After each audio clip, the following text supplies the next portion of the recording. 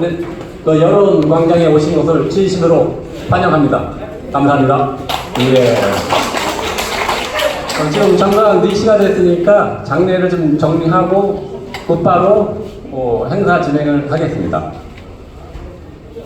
우리 대표님들, 임원진분들 자리에 착석해 주십시오.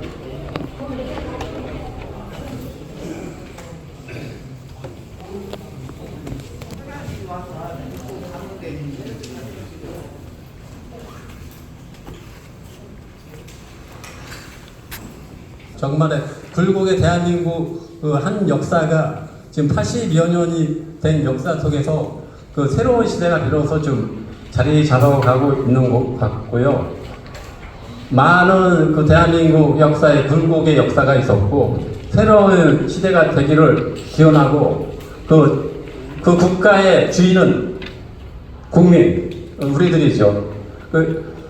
정말로 국민들이, 시민들이 나라를 지키고 그 목소리를 내서 그 정책을 이끌어서 이 나라를 경영하는 그러한 시대가 오고 있는 것 같고요. 우리 대통령님도 국민주권 시대라고 천명을 했습니다. 그런 과정에서 많은 여러 가지가 있지만 가장 중요한 것은 언론이라고 생각합니다. 수많은 지금의 언론들은 많은 가짜뉴스라든지 왜곡되고 역사 또한 마찬가지지만은 그런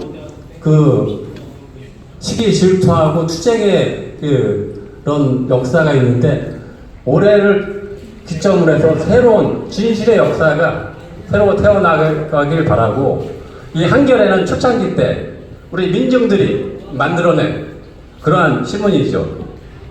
그러나 아쉽게도 많은 세월 속에서 그 질곡 속에서 많이 퇴색되고 했지만은 여기 김태갑 상임 대표님은 처음부터 주치단 대표로서 올곧게 정신을 지키자고 많은 경영진들한테 질타를 많이 했습니다. 과거의 한겨레 경향신문 정말로 민중들이 그 만들었고 민중을 대변하는 그러한 신문이었지만 많이 변질됐습니다. 그런 과정에서 우리 김태갑 대표님이 구주재단 상임 대표님이 많은 진실의 역사, 정의로 썩지 않게 하지만 중과 부족이었고 그래서 독립TV를 만들게 된 계기가 됐습니다. 자, 그러면 한겨레 독립TV 전국 기자단 내 상임 대표이신 우리 김태갑 대표님 말씀을 듣고 인사말을 듣고 우리 행사를 시작을 하겠습니다. 우리 김태갑 대표님께 많은 인사. 감사합니다. 제가 이게 시키지 않았습니다. 제 선전하라고. 근데 이렇게 또 얘기를 해주시니 저 문을 뒤에 닫읍시다. 그 뒤에 뒤에 문을 닫아두세요. 다른 좋은 말씀은 공익적인 말씀을 하기 위해서 주목해 주세요. 우리가 열린광장에서 진짜 여기 글자 그대로 여론의 광장을 만드는 건 굉장히 중요합니다. 아마 이 시대에 거의 모든 병폐는 막힌 데서부터 언론이 차단된 데서부터 일어나는 건데 우리가 여론광장을 열어서 공익적인 거 누구나 제한 없이 마음껏 얘기할 수 있는 시간을 만들겠습니다.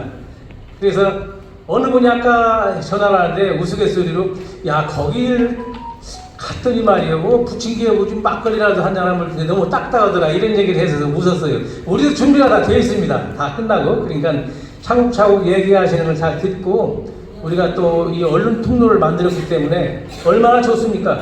굽은 것 어디에 억울한 것 이런 문제를 서로 펴서 좋은 세상을 만드는 데 일조를 할 겁니다. 감사합니다. 네, 감사합니다. 우리 김태갑 대표님의 인사말이었습니다. 정말로 우리 그 사회 각계각층의 우리 지도자님, 대표님들 정말로 이 자리에 오신 걸 다시 한번 환영드리고요. 저는 그 독립TV 기자단 단장직을 맡고 있는 정철입니다. 인사드립니다. 네. 앞으로 대한민국 사회가 정말로 우리 민초들이, 민초의 그 지도자분들이 정말로 어떤 정책을 제안을 해가지고 지금 정부의 그 정책을 위반해서 우리가 바라는 그러한 세상으로 되기를 정말로 진심으로 바라고요. 그 다음에 우리 운영진 중에 그 상임 고문님이신 염승태 고문님을 상임 고문님을 모시고 인사말을 듣겠습니다. 반갑습니다. 저는 노동운동 평생 하면서 모셨습니다. 살아왔고요. 지금 이제 언론개혁 투쟁하면서 지금 조동준 폐간 투쟁하다 이어서 조선일보 폐간 시민실천단으로 6년째 투쟁하고 있습니다. 우리 단장님도 오셨는데 어쨌든 언론을 바로 서지 않으면 나라가 바로 설 수 없고 나라가 잘 될 수가 없죠.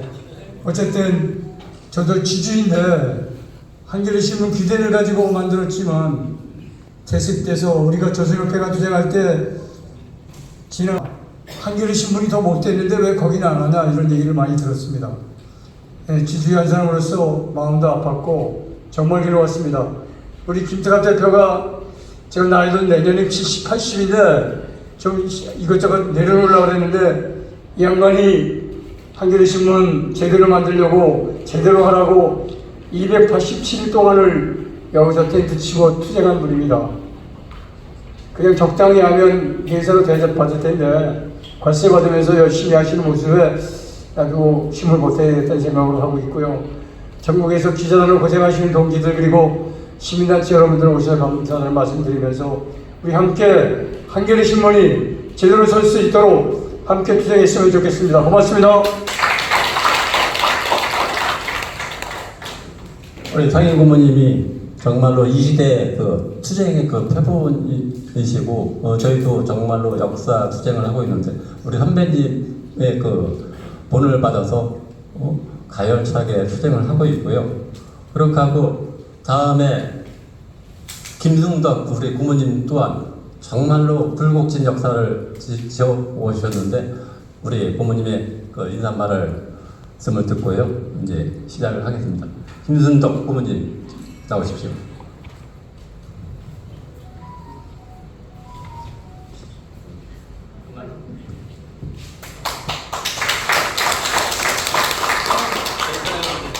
이렇게 좋은 분들을 뵙게 돼서 너무 제 마음이 흐뭇해요.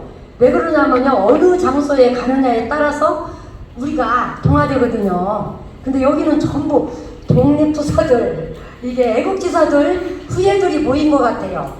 안 그러면 다른데 좀 힘든 자리 가면 내가 그냥 좀 견디기 어려운데 더불어 마음이 후해지고 같이 이렇게 여론 광장을 펴가지고 우리 지금 이 시대는 그 성식이 바로 쓸 수 있는 쓰고 있고 펼쳐 나가고 있는 이재명 시대가 열렸기 때문에 우리들이 제가 그래요. 밖에서 야 지금은 아무 소리 해도 우리가 깜빵 안 가. 마음대로 자유롭게 말해. 그렇게 좋은 시대가 열렸다고 민주시대가 열렸다고 그러는데 그분들은 그 정부 나라를 책임짓고 리더를 하지만 우리는 뒤에서 같이 박수 치면서 같이 그분들이 밖에 다 못 오는 구석구석을 우리들이 챙겨가지고 같이 이렇게 합심해서 좋은 나라 만들어 나가면 좋겠고요. 더 나가서 내가 며칠 전에 우리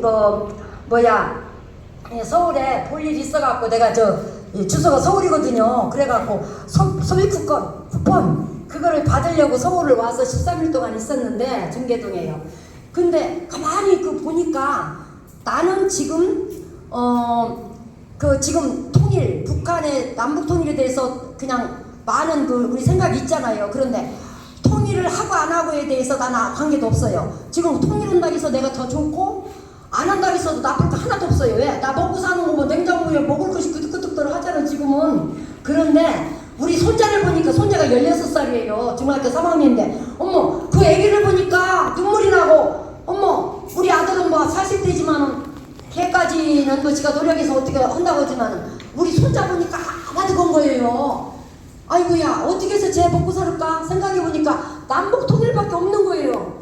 통일 우리 그 하도 사람들이 거기 짓고 놀라고 그래서 그러지 사실은 우리나라는 이쪽은 뭐 농촌 지역이지만은 그 땅도 넓고 북한은 넓잖아요. 근데 전부 산악지대가 많은데 거기 전부 개발이 안 들어가서 완전 그 저기 그 광물 금 뭐 여러 가지 광물이 우리가 쓰고도 않고 수출할 수 있는 너무 많은 게 이렇게 저장돼 있다는 거예요. 근데 그래서 가만 생각해보니까 우리나라의 그 이쪽에 기술력들 그쪽에 그 또 저 사람들 사람들 그 일꾼들 말도 통하고 인건비도 싸고 엄마 양쪽에 풀어가지고서는 그렇게 하면 이게 통일하고 다 이렇게 개발해서 오면은 우리나라가요 그 세계상에 최강국이 된대요. 그 생각하니까 너무 좋아가지고 그러고 있었는데 여기 오신 분들 보니까 다 같은 마음인 것 같아요. 그래서 내가 헐말을 못하고 딴 말 했는데 자우지가 네, 여기세요. 우리 부모님은 할 말 없으시다면서 말씀드리니까 정말 장황하게 말씀 많이 해주셨습니다. 감사합니다. 남북통일이에요. 예, 감사하고요. 정말로 우리 젊으실 때부터 지금까지 많은 그 현장 투쟁을 하셨고 질고기 역사를 지켜왔고 저희 후배 투쟁가들이 본을 받고 지금도 대를 이어서 대한민국의 진실을 위해서 정의를 위해서 고군분투하고 있습니다. 자, 그렇게 하면 일단 그 주최 측에 인사말을 했고요. 여기에서 보면 지금 프랭카드에 보면 시사 여론 광장이라고 정말로 우리 민초의 대표자분들이 여기 와 계시고요.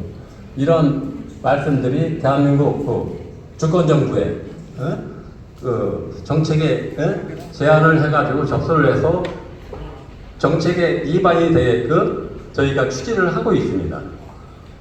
그럼 그렇게 하고 많은 분들에게 대화를 하고 싶지만은 시간 관계상 지금 한 3분 정도 그 발언 기회를 드릴 테니까요. 첫 번째로 우리 오정규 대표님. 자, 첫 번째로 우리 인류 10월의 문명, 한강 문명, 중도 유적 지킴이 우리 오정규 대표님의 우리 중도 역사에 대해서 잠깐 간략하게 말씀해 주시기 바랍니다. 뒤에 마이크가 있고요. 단상에 올라가서 여기로 또 뵙게 돼서 반갑습니다. 중도적 보건단체인데 공동대표 오정규입니다. 반갑습니다.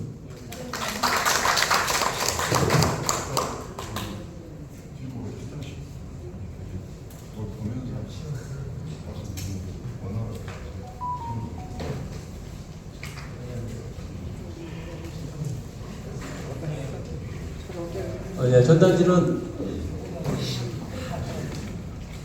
발언 시간에 날아가고 있습니다. 뒤로 전달해 주십시오. 예. 뒤로 전달해 주세요. 예.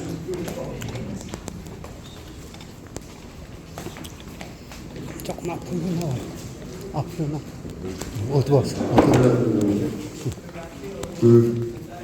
시간을 너무 짧게 주셔가지고 아주 좀 밀도 있고 축약해서 간단하게 말씀드리겠습니다. 이제 방금 제가 드린 이 전단지에 나와 있는 이 사진들이 1만 년 우리 역사를 통사적으로 증거하는 중도 유적 사진입니다. 그걸 보시면서 제가 3분 내로 끝내야겠는데 3분대로 축약해서 말씀드리겠습니다. 이제 이 중도 유적에 대해서 다들 아실 겁니다. 그래서 한마디로 말씀드리면은 중도 유적은요, 우리 역사 5,000년 아니죠. 5,000년 아니고 중도 유적이 증명하고 있습니다. 1만 년 우리 역사를 통사적으로 증거하는 선사시대 도시유적입니다. 고대 도시도 아니고 선사시대 도시유적입니다. 그리고 독일의 루치 피들러 교수라는 세계적인 고고학자가 지금 그 양반이 90세가 넘었는데요. 그 양반이 10여 년 전에 이 중도의적 사진을 보고 한 말이 있습니다. 그 사람은 세계 최고의 전문가입니다. 중도의적은 세계 유일무이하다고 그랬습니다. 그런 어마어마한 보물이 우리나라 한복판에 나온 것입니다. 그리고 그래서 우리가 저 법정에 섰을 때나 이렇게 그런 재판을 할 때 재판관이나 검판사가 뭘로 판단합니까? 우리가 말 잘한다고 그 피고 원고에 말 잘하는 걸로 판단하는 게 아니잖아요. 증거로 판단하죠. 증거로. 마찬가지로 이 역사 유적이 소중한 것은 우리 역사가 1만 년이 넘는다는 것을 중도유적이 증거하는 그 증거물입니다. 그래서 중도유적은 중국의 동북공정과 일본의 역사 침탈을 막아낼 우리 나라를 지켜줄 그런 최고의 보물이고 보검입니다. 보검. 뿐만 아니라 중도유적은 와보신 분들 아시겠지만 그 주변 경관이 정말 아름답습니다. 관광 자원의 1요소가 역사성이고 2요소가 천혜의 자연 경관이 나는데 이걸 다 갖추고 있는 것이 중도입니다. 근데 이런 천하의 보물을 진짜 대한민국에서 진짜 보물을 이 레고랜드라는 이 망할 것을 가지고 와가지고 때려 부셨다는 것이 문제가 되는 겁니다. 아니 이 잡것 헛것 잡것 이 망할 레고랜드를 가져와가지고 진짜 보물을 때려 부셨다는 것이 이게 말도 안 되는 현실인데요. 그래서 실제로 지금 레고랜드는 망해가고 있습니다. 연간 300억씩 적자입니다. 300억씩 지금도. 그리고 더 문제가 되는 것은 이런 망할 것을 하자고 진짜 자기 나라의 보물을 때려 부시고 망할 짓을 하자고 우리 도민 열세를 1조 2천억을 지금까지 탕진했습니다.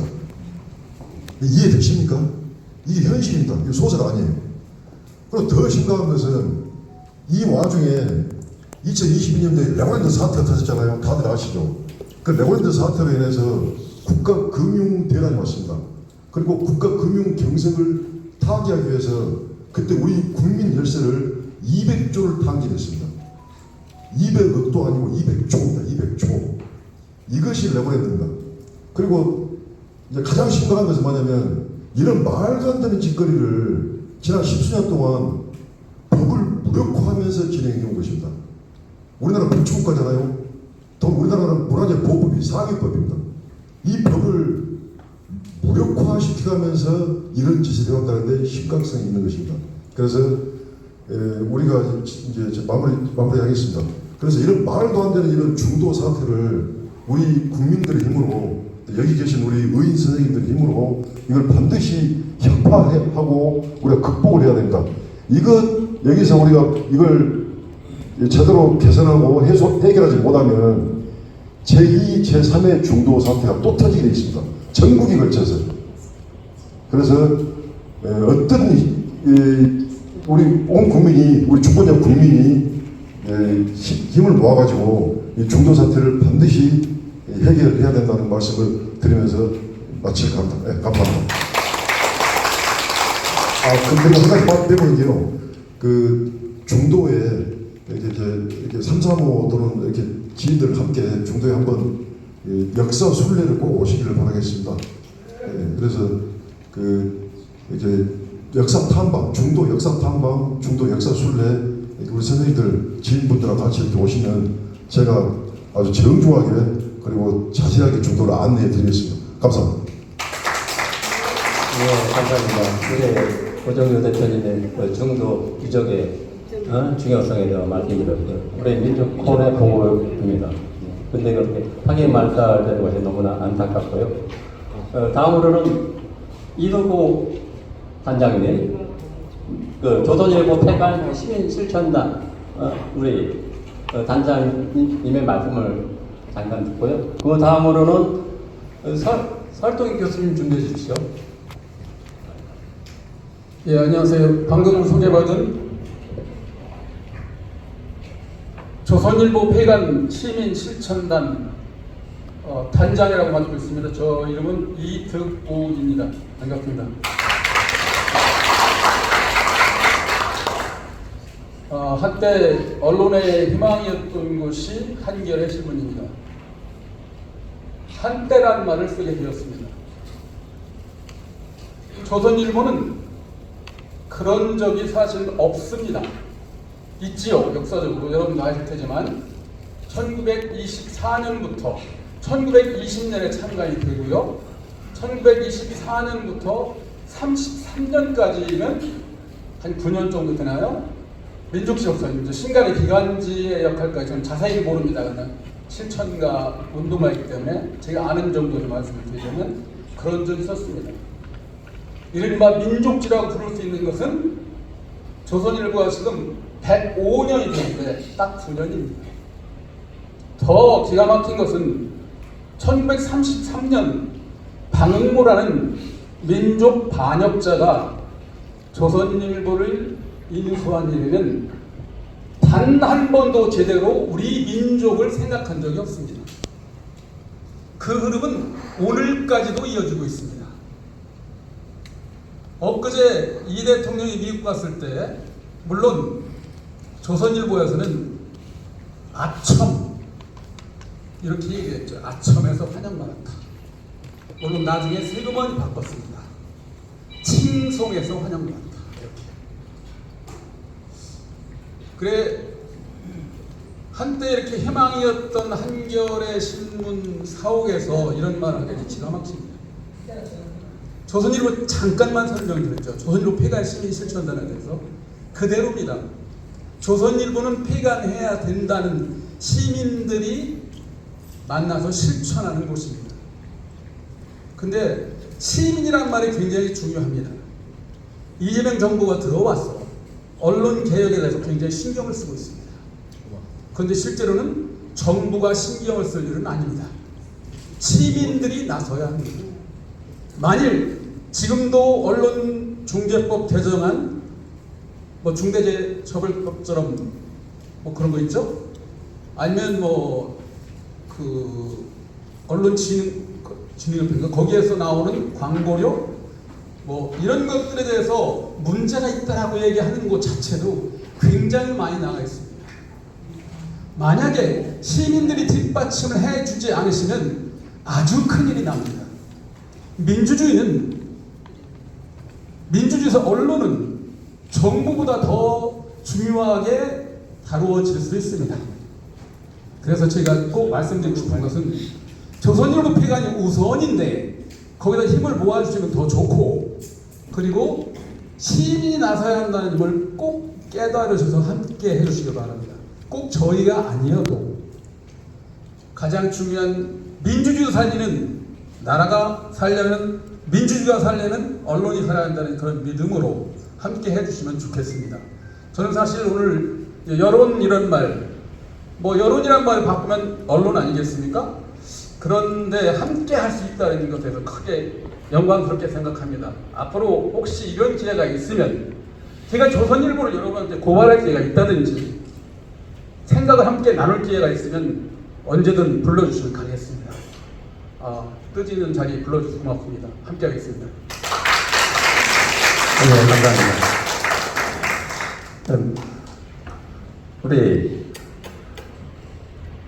이두구 당장님 말씀을 제가 일부러 안 풀어서 시간이 조금 오바됐는데 더 했으면 하는 바람이고요. 오늘 사실은 그 주제가 언론이지 않습니까?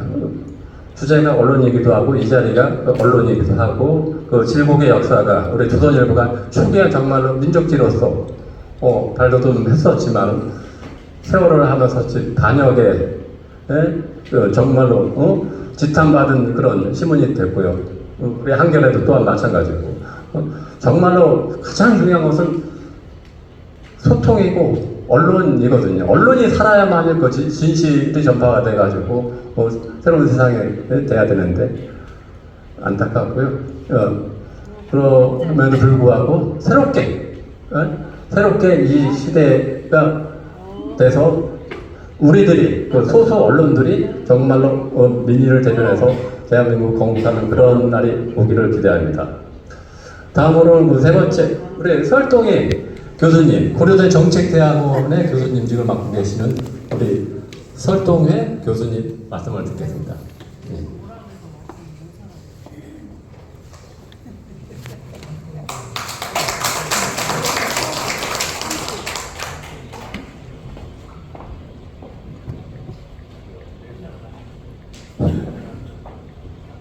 네, 안녕하십니까.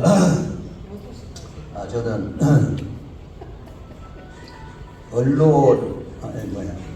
인권위원장 입장에서 인사 말씀을 좀 드리려고 합니다. 안녕하십니까. 여러분, 반갑습니다.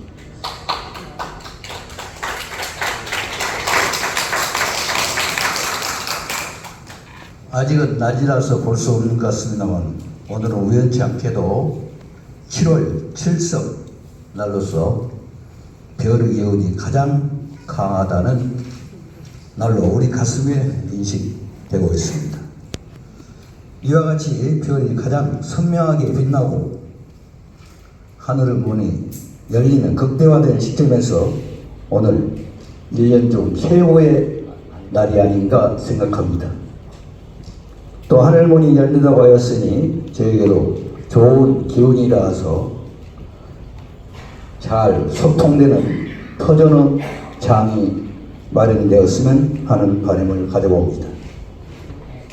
제가 인권위원장으로서 역할을 담당하기에 적합한 사람인지 아직 잘 모르겠습니다만, 기왕에 저에게 맡겨진 사명이라면 최선을 다해서 맡은 바 역할에 착오가 없도록 수행할 것을 먼저 뒤에 꽃 있는 분 손 갖고 보시겠습니까?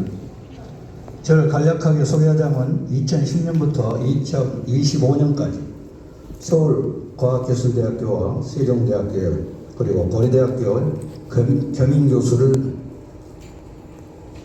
임해왔습니다. 돌이켜보니 저는 뿌리가 언론사였습니다.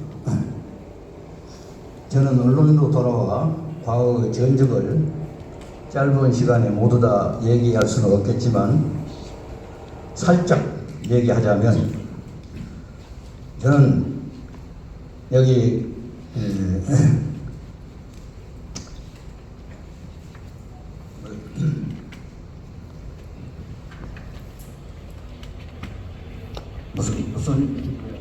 한겨레죠. 한겨레 신문이 창간되기 이전에 97년부터 호남일보 기자로 시작해서 2010년까지 남도일보 편집국장 문설주간 부사장을 역임해 왔습니다. 그러는 동안에 문화관광부에 12년간 고충 처리위원을 담당해 왔습니다. 이를테면 인권위원장과 같은 성격 역할을 해오는 동안에 기자들의 대변자로서 언론 중재위원회를 밥 먹듯 드나드는 경우도 있었습니다. 이러한 사실을 상기할 때 한겨레의 인권위원장이 되는 것은 엄연히 사실로 받아들여지는 것 같습니다. 이렇듯 글을 쓰는 사람으로서 인권위원장으로 중요한 게 없다는 사실을 기억할 필요가 있다고 하겠습니다. 특히 오늘에 와서는 인권 문제에 대한 논의가 세계적인 이슈로 떠오르고 있고 그 기구도 방대하게 운영되고 있습니다. 작품에 와서는 미국 정부가 인권협회 전직 대통령의 인권 침해에 대하여 지적하고 조사하는 것을 보아서 알 수 있듯이 그 위상과 성격, 사안에 따라서는 범국가력 차원에서 다루어진다는 사실 우리는 기억할 필요가 있다고 하겠습니다. 이처럼 인권 문제는 세계적인 차원에서 우리의 인권을 보호하고 향상시킴으로써 보다 안전하고 살기 좋은 사회로 만들어가는 우리 모두가 되어야 할 것입니다. 올해는 유난히도 무더운 여름 날씨였습니다. 처서가 지나 백로가 머지않은 이때에도 무더위가 기승을 부리고 있습니다. 이렇게 더운 날씨에도 불구하고 참여해 주신 대대회 기민 여러분께 감사의 말씀을 드립니다. 아울러 모든 것이 부족한 저에게 소임을 다할 수 있도록 인권위원장직을 맡겨주신 주식회사 한겨레신문 상임대표이사 김태남님께 무한한 감사의 말씀을 드립니다. 감사합니다. 우리 활동의 교수님이 대한민국 지금 국민주권 정부의 인권위원장직에 승계된 것을 진심으로 축하드리고요. 박수 한번 주시겠습니까? 네, 감사합니다. 네, 꽃다발이 어디 있으면은 나오십시오. 네. 꽃이 어디 있습니까? 저 갖고 오시겠습니까? 예. 또 이렇게 훌륭하신 분이 있고 정말 우리 대한민국 인권을 맡으실 분이 우리 앞에 계시니까 여기 많은 분들도 정말 대한민국 개인 이 공동체 사회에서 인권에 대해서 우리 교수님한테 부탁드리면은 정의로운 일에 부탁을 드리면 좋겠습니다. 자, 우리 교수님 잠깐만요. 한 사람 한 사람의 우리 인권을 잘 지켜주십사 하는 건 그냥 책임이 큽니다. 자, 큰 박수 부탁드립니다.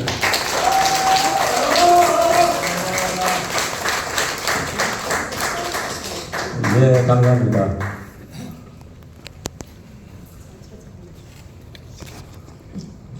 정말 뜻깊은 자리이고요.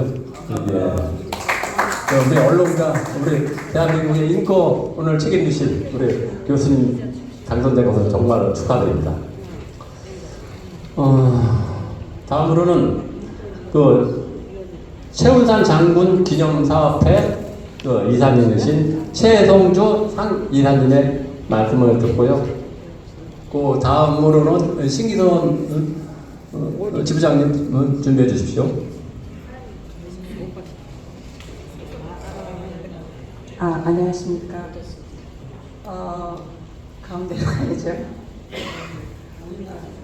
저는 모르는 분들이 많은 것 같아서 다시 소개를 해야 될 것 같은데요.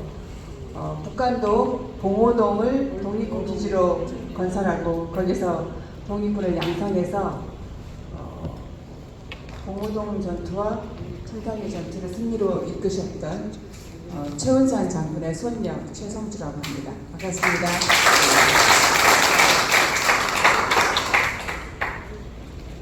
오늘 김태형 선생님이 봉오동 전투에 대해서 간단하게 설명해 주세요. 이렇게 말씀을 하셔서 오늘 이렇게 언론에 대해서 얘기하는 날이기도 하잖아요. 많은 분들이 왜 우리가 봉오동 전투에 대해서 잘 모릅니까? 이렇게 얘기를 많이 물어봐요. 그래서 제가 북한도 무장투쟁사를 우리가 다시 써야 된다고. 많은 사람들이 홍범도 장군이 청솜씨가 뛰어나서 일본군을 무찌르겠다 이 정도 수준으로 생각하는 거예요. 그래서 군대를 다녀오신 많은 분들이 총 한 방으로 전쟁을 이길 수 있다고 이렇게 신화적으로 역사를 이해하시면 안 된다.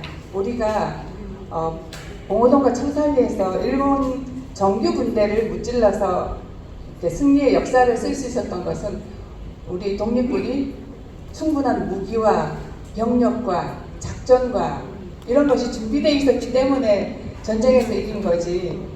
전쟁에서의 승리는 의지만으로, 애국심만으로 얻어지는 게 절대로 아니다. 이거는 군대 갔다 온 사람들이나 아니나 다 이해할 수 있는 내용인데 왜 우리는 그동안에 홍범도 봉오동 전투, 청산리 김자진 장군 이런 식으로 이렇게 도식적으로 외워오는 역사를 이렇게 배워왔나? 학교에서 그렇게 배웠잖아요. 그거는 여론과 언론의 역할이 제대로 못됐다고 생각합니다. 그러니까 언론이 잘 찾아서 그거를 설명해 주지 않으면, 언론이 모르면 그건 아무도 모르는 일이 되는 거죠. 그러니까 언론인의 어깨에 우리 사회에 미래가 달려있다고도 얘기할 수, 우리도 이해할 수 있기 때문에 제가 최운산 장군 형제들이 봉오동을 독립군기지를 건설해서 거기서 무기를 사올 수 있을 만큼 재력을 가지고 있고 또 독립군을 훈련할 만큼 그런 실력이 있었고 또 거기를 신안촌 봉오동을 많은 독립군들이 와서 먹고 자고 훈련받을 수 있을 정도의 그런 생산이 되는 곳으로 만들어 놓지 않았으면 불가능한 일이었다는 것을 말씀을 드리고 그것에 대한 이해를 좀 촉구하는 것? 제가 이렇게 새롭게 이해해야 된다는 정도의 짧은 얘기밖에 못할 것 같아요. 많은 사람들이 북한도 가서 독립군이 됐다 그러면 어디 황량한 만주벌판에 그냥 가서 우리 모여서 독립운동을 하자 이러면 거기가 독립군 기지가 된다고 생각하는 분들이 많아요. 근데 그렇지 않다. 거기도 중국 땅이고 주인이 있는 땅이고 아무데나 가서 살 수가 없고 거기서 특히 무장을 하거나 이런 시스템을 갖출 수가 없다. 중국군이 다 잡아가거든요. 그래도. 근데 거기에서 그렇게 할 수 있었다는 거는 중국의 그만큼의 연고와 역할과 그런 터가 준비되어 있었기 때문에 그게 가능했다. 그래서 홍범도 장군은 연대장이었고 저희 할아버지 최은산 장군은 참모장이었고 저희 큰할아버지 최신동 장군은 총사령관이었어요. 그러니까 우리가 역사를 홍범도 장군까지만 기억하는 거예요. 그 위에 더 큰 지휘부가 있었고 그들이 준비한 전쟁 준비가 있었고 홍범도 장군은 연해주에서 활동하시다가 봉오동 전투 직전에 봉오동 전투가 6월 7일이거든요. 승전일이 5월 말에 합류하십니다. 봉오동에 와서 함께 하셨고 그래서 그분이 독자적으로 그 봉오동 전투를 지휘했거나 이렇지 않다는 것을 이렇게 사료를 보거나 이제 정리를 하고 있거든요. 그런 것을 제가 그 프레젠테이션 되는 줄 알았으면 봉오동의 사진이라든지 봉오동이 지금은 어땠는지 봉오동에 가면은 우리 독립군들이 팠던 참호 같은 것들이 다 있거든요. 그 사진을 보고 이러면 우리 독립군들이 그냥 나무 뒤에 숨거나 바위 뒤에 숨어서 총 쏘고 이러지 않았어요. 1차 대전, 2차 대전 당시에는 그 참호전을 많이 했는데 우리 독립군들도 한 달 전에 미리 다 봉오동에 참호를 파놓고 거기에 매복하고 숨어서 이렇게 그런 작전을 썼던 거죠. 그러니까 봉오동이란 것은 우리 할아버지 세대에서 거기를 신안촌으로 만들고 어떤 자기들이 거기서 잘 살고자 하는 그런 지역이었지 군사촌으로 개발한 것이 아니었어요. 처음에는. 그렇지만 거기를 전쟁터로 내놓고 군사촌으로 개발하고 했던 그런 의지들이 모여서 독립운동에서 우리가 독립전쟁, 저는 독립전쟁이라고 표현을 하는데요. 독립전쟁에 승리할 수 있었다는 그런 북한도 무장투쟁에 대한 새로운 이해가 필요하다.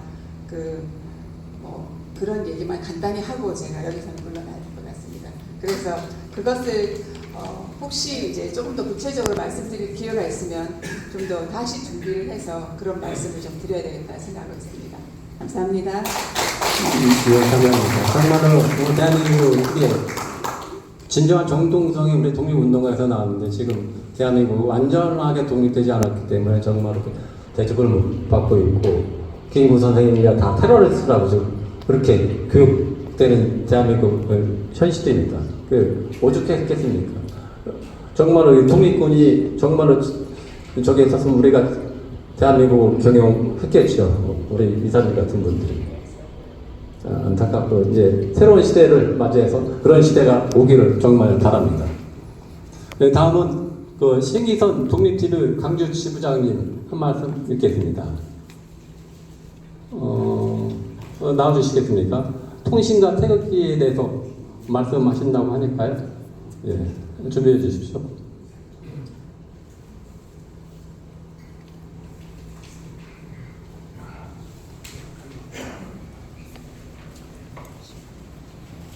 반갑습니다. 먼저 대한민국 국민의 정부 출범을 축하드립니다. 저는 오늘 이 자리에서 짧게나마 두 가지를 청원을 하려고 나왔거든요. 한 문제는 태극기에 관한 이야기입니다.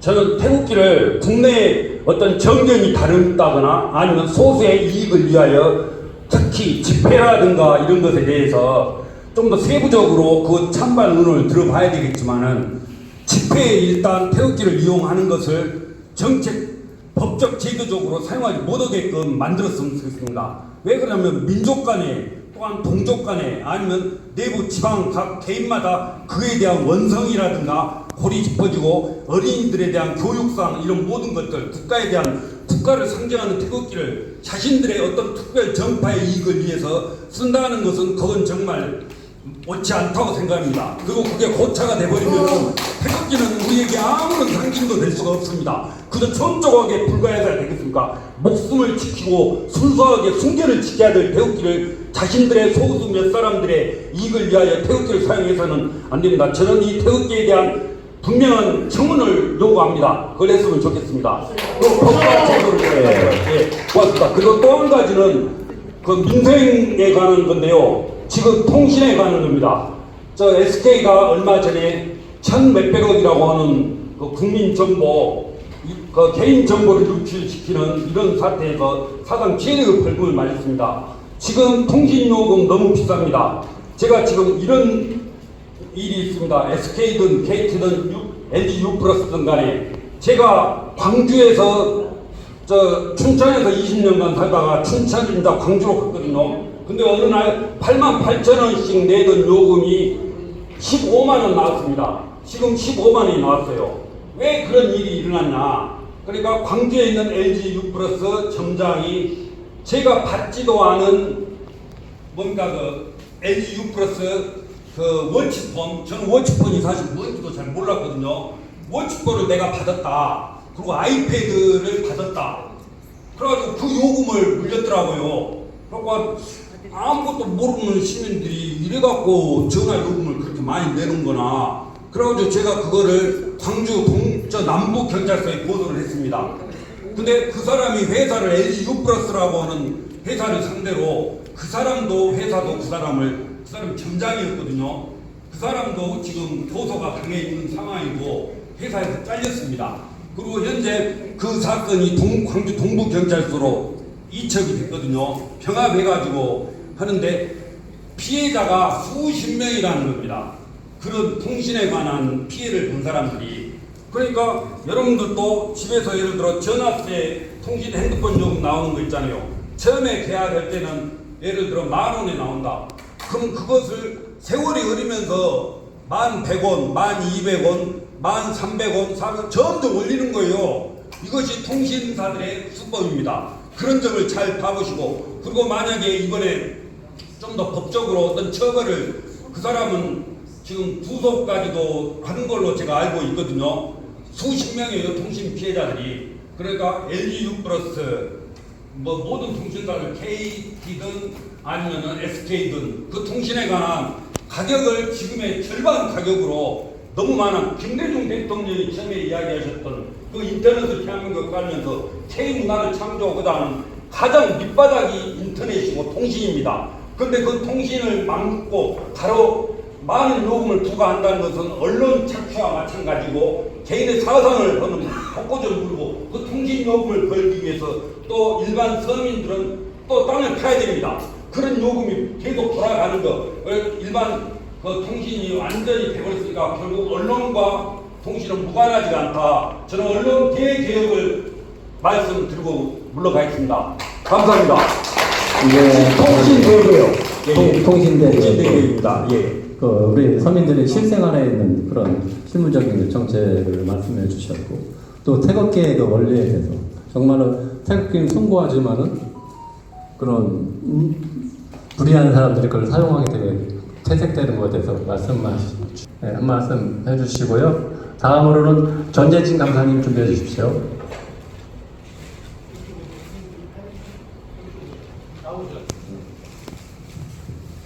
기록, 지금 다 기록하고 있죠? 기록하고 있죠? 이 내용을. 하나도 빠뜨리면 안 됩니다.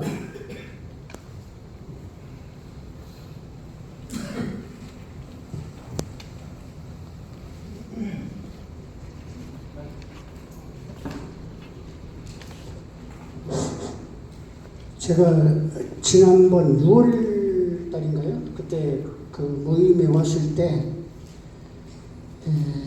국립묘지의 내국노묘 파묘 말씀을 드렸습니다. 그래서 어떻게 국립묘지에 매국노가 독립유공자와 국가유공자로 분갑이 돼가지고 묻혀있느냐. 세상에 이런 나라가 어디가 있습니까? 자기 나라를 팔아먹고 일본에 그 못된 짓을 한 그런 놈을 갖다가 독립유공자나 국가유공자를 분갑시켜서 묘수를 국립묘지에다 떡하니 모셔놨다. 이게 보통 얘기가 아닙니다. 이게. 그래서 이것은 어떤 일이 있더라도 반드시 파멸시켜서 그런 유의 사람들은 이게 보통의 범죄자들이 아니에요. 국가 존엄을 훼손하는 정도가 아니라 그것을 그렇게 해가지고 참 국민묘지를 웃음거리로 만드는 거 아닙니까? 애국의 성지고 참으로 그 소중한 국립묘지를 그렇게 더럽히고 있는 현실. 그다음에 이런 것들을 어떻게 하면은 척결할 수 있겠는가? 척결할 수 있는 좋은 방안이 무엇인가? 그것을 좀 이야기했을 때 국민청원, 국회 국민청원을 그렇게 해서 올려가지고 그 국민청원에서 5만 명만 이상만 그 청원에 국회에서 좀 해달라고 그렇게 하면은 그게 국회에서 심의 안 할 수가 없거든요. 의무적으로 심의를 해야 됩니다. 그래서 거기에서 나오는 문제들이 무엇이 문제가 되는가 하면 그것을 저지할 수 있는 그런 게 갖춰질 수 있기 때문에 국민 청원을 올려서 그것을 통해서 이 뜻을 저희가 추진해 가는 것이 가장 효과가 있겠다 싶어서 국민청원을 그때 6월달에 다음 때 회의 때에는 구체적으로 국민청원 내용도 하나 만들고 하고 해서 그렇게 진행을 시켜보자 하는 말씀을 드렸더니 다들 좋다고 큰 박수를 주셨고요. 그래서 제가 이 국민청원 그 내용 이제 제 의견입니다. 이제 물론 국민청원의 그 내용은 각자 다 어떻게 했으면 좋겠다는 의견을 충분히 낼 수 있는 거고요. 그래서 저는 이런 내용으로 내는 게 좋겠다. 그래서 지금 이 청원을 좀 하나 이렇게 해서 가져온 게 있는데 이걸 하나씩 지금 나눠 드리겠습니다. 그래서 지금 어떻게 하면 좋을까요? 이걸 나눠 드립니다. 지금 제가 나눠. 그래요. 정말로 우리 모든 그러니 그 대한민국이 개국됐을 때, 저쪽은 건국이라고 하는데 건국은 그 4337년에 그 단군 할아버지가 건국하신 것이고, 대한민국 정부는 개국된 겁니다. 근데 개국된 그 인사들이 보면 친일 반역자들이 이 나라를 정권을 잡았기 때문에 역사가 대한민국 주권의 역사가 아니라 사대주의, 친일의 역사이고 그런 친일 반역자들이 지금의 민족의 스승이 되어 있는, 민족의 어떤 정치, 경제 모든 부분을 다 장악하고 있기 때문에 아직까지 완전한 독립이라고 볼 수가 없고요. 정말로 우리 주권적인 대한민국 전 국방부장 신채영이라는 전 국방부장관이 이들이 다 친일 반역자들인데 파멸을 해서 국안 참시를 해야죠. 국안 참시를 해야 되는데 당당하게 국립묘지에 묻혀 있고 우리 독립 유공자들은 안중근 의사들 같은 경우는 묘도 없습니다. 정말로 이 나라 지켜왔던 독립운동가들은 이런 자들은 다 파내서 국안 참시를 해야 되고 정말로 대한민국 어떤 정기를 마련하는 새로운 계기가 되기를 바랍니다. 다음으로는 이정호 역사연구소장님 말씀 들었고요. 후쿠시마에 관해서 전재진 감사님의 말씀이 있으실 겁니다. 다음은 네, 감사합니다. 대표님 준비해 주시죠.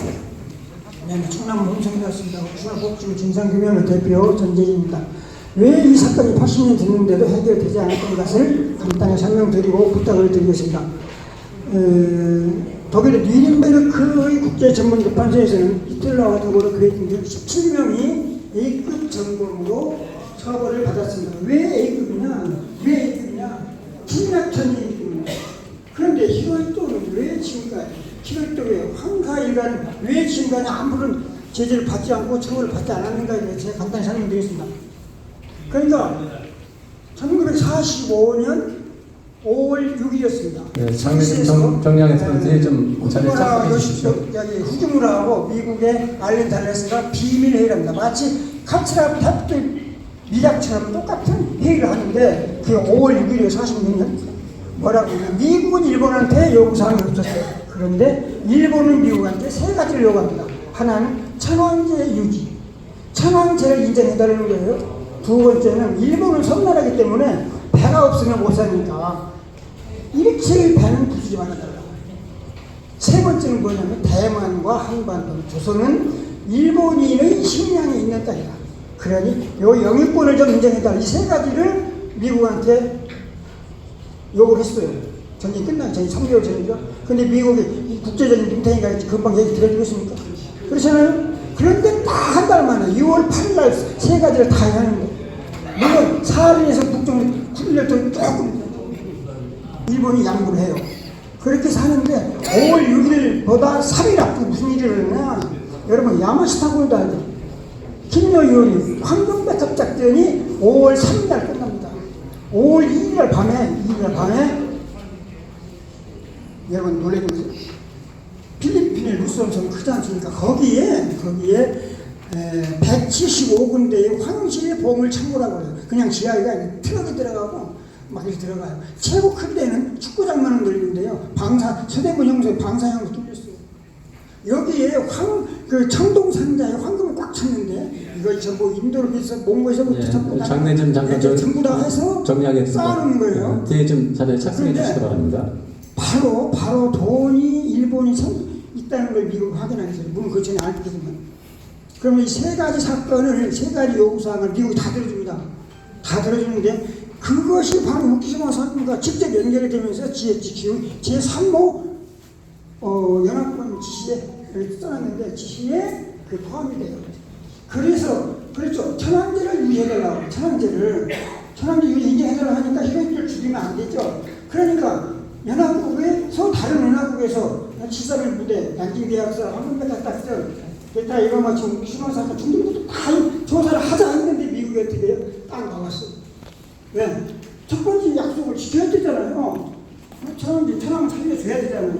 그리고 두 번째 일본 상선이 피해가 섬나라기 때문에 배가 있어야 된다. 두 번째 약속도 역시 우키시마 사건과 관련해서 두 번째를 들어줍니다. 세 번째는 뭐예요? 일본 식량이 땅 한반도 여기 딱 있습니다.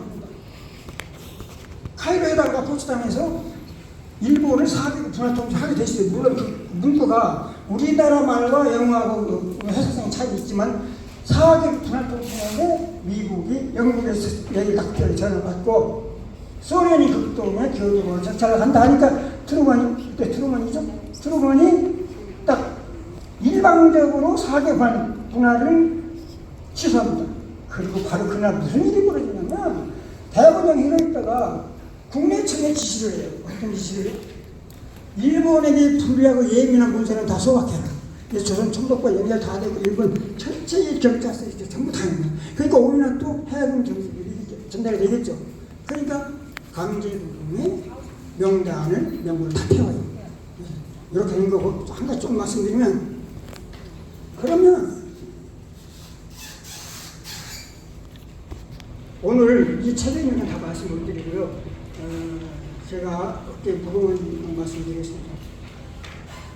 지금 일본으로 가서 돌아가신 분들의 유해가 안 왔습니다. 일부 왔어요. 일부 왔어요. 우키시마만 해도 8,000명입니다. 8,000명. 안 왔습니다. 공식적으로 발굴하지도 않았어요. 오늘 여기 인권위원장님 계시는데요. 죽은 사람 인권 있습니다. 맞죠? 죽은 분이 오히려 더 인격이 더 정확하게 다루어지는 것이 저는 역사라고 생각합니다. 저는요, 제가 병리학을 했기 때문에 부검을 1000건 가까이 했어요. 그럼 왜 해요? 죽은 사람도 인격이 있기 때문에 하는 거예요. 왜 죽었는지를 밝혀줘야 돼요. 그런데 우리는 뭐예요? 지금 일본어라고? 일본 애들은 뭐라고 해요? 강제동이 아니었다. 그것은 침략조정이 아니었다. 그런데 우리 정부는 80년 동안 지금도 그 입장을 일본이 전달하지 않았습니다. 이거 해야 되는 겁니다. 자, 제가 조금 이따 시간 좀 이걸로 돌아가신 분들이 어떤 이분들이 천당 못 갔어요. 지옥도 못 갔어요. 북망산도 못 갔습니다. 무덤도 없어요. 그냥 구천에 더 오는 거야 지금. 어느 분이 제가 봤어요. 당신 왜 이렇게 연가를 메고 다니냐고. 그래서 이 문제는 분명히 여기서 말씀드리면 제가 얼마 전에 대통령께 이런 식으로 문서를 보냈어요. 이런 식으로. 이게 공문이 아니에요. 그냥 깡당으로 보낸 거예요. 그랬더니 이게 뭐냐면 우리 국민 유해 봉안처를 신설하십시오. 이 내용인데 우리 국민 유해예요. 우리 국민. 그래서 5km 사건 8,000명으로 첫 판치를 끼려고 그러는 거예요. 이거 지금까지 일본 노릇군한테 한 번도 정부 차원에서 수습하자고 발굴하자고 한 번도 안 했습니다. 우리 피해자 측에서 가만 있어요. 그래서 정말로 750만, 800만이 되는 우리 동포들이 외국에 사는데 이분들이 돌아가시는 거 많습니다. 그런데 특히 중국도 많아요. 최종적으로 보시면 내가 죽으면 고향 땅에 묻어나가요. 안 죽으면 어떻게 그랬잖아요. 김대중도 그랬어요. 통일 조국에 그걸 해달라. 그래서 그런 의미를 갖는 국민유해 봉안청 반드시 제가 부탁을 드리겠습니다. 예. 그러면 1분만 됐어요. 그러면 시간이 못하겠네. 독립TV에서 작년에 1분만 썼습니다. 독립TV에 작년에 김태바 대표님이 유튜브 방송을 25개 정도만 부탁을 해요. 해요? 부탁을 해요. 그런데 25개가 문제가 아니에요. 이게 지금 30년 전부터 제가 쓴 책인데요. 물론 그때는 논문형이 썼는데 최근 6개월 전부터 제가 다시 문장을 했는데 여기에 100건 이상 있습니다. 제가 약속 드리겠습니다. 그런데 저는 방송을 잘 못해요. 앵커 쭉 하는 사람 저는 5분짜리 100개를 해드릴게요. 저는 시나리오를 써드리겠습니다. 할 말은 굉장히 많은데요. 이 책은 보름 전에 뺐는데 영화사하고 계약을 하고 여기서 한 30페이지 더 늘어납니다. 지금 840쪽 나가는 거. 이 책 이대로 뺄게요. 이대로. 크게 이대로 빼겠죠. 감사합니다. 예, 감사합니다. 정말로 많은 시간을 깊이 있게 말씀드리겠지만 정말로 한 분 한 분들이 너무 소중한 말씀이었고 다 듣지 못한 것을 안타깝게 생각하고요. 다음부터는 이런 걸 횟수를 늘려가지고 좀 깊이 있게 달아버릴까 생각합니다. 다음에 하기